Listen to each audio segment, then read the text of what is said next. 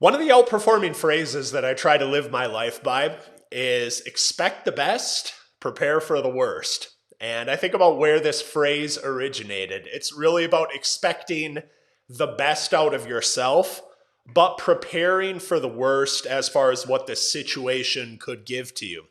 And where it first started was actually way back when I was working with a lot more athletes, and specifically endurance athletes. And I remember I'd be training them for maybe a marathon or a half Ironman or an Ironman triathlon, and they'd be getting ready for the race, and we'd be talking about race strategy and whatnot. And they'd say, well, what can I expect out there, and what's it going to be like? And I would say, it's going to be the hardest thing that you've probably ever had to do in your life. You're going to want to quit multiple times. You're going to want to give up.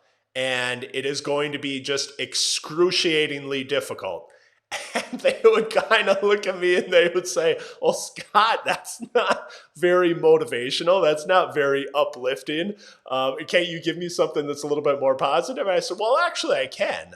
You should expect the best out of yourself. You should expect that you've done the training, that you're mentally strong enough, that you have the right strategy going into it, and that no matter how difficult it becomes, you are going to be able to overcome that. And that's the whole purpose of the expect the best, prepare for the worst strategy.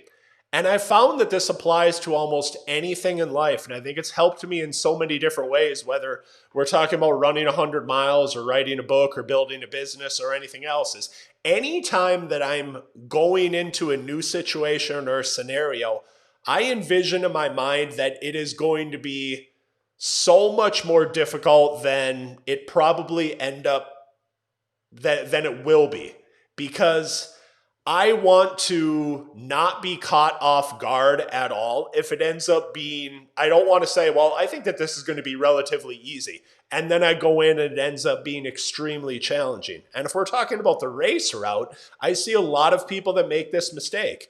They go into a race and they think, well, I mean, I've done the training. I can get through this marathon. Like, I'm not going to hit the wall. It's not going to get hard in the last 10K. And then it gets hard in the last 10K, and they don't know what the heck to do when they're hit with that adversity. Rather than going in thinking, man, this is going to be excruciatingly difficult going through the latter part of this race. It's going to be really hard, really arduous writing this book, building this business, achieving this fitness goal, making this change in my life. All of these things I'd highly recommend going in and saying, you know what, this is not going to be an easy task. It's going to be really difficult. But I know that I have the strength and the wherewithal and the intestinal fortitude to be able to overcome whatever obstacle or whatever gets in my way. That's how outperformers think about it. And you might be kind of looking at it and saying, well, why would you ever want to willingly expose yourself to these things that are just so difficult and you think are going to be so hard? Well, that's ultimately how we grow in life. And those are, if I were to ask you, what are the most meaningful accomplishments or achievements or the things that hold the most value in your life?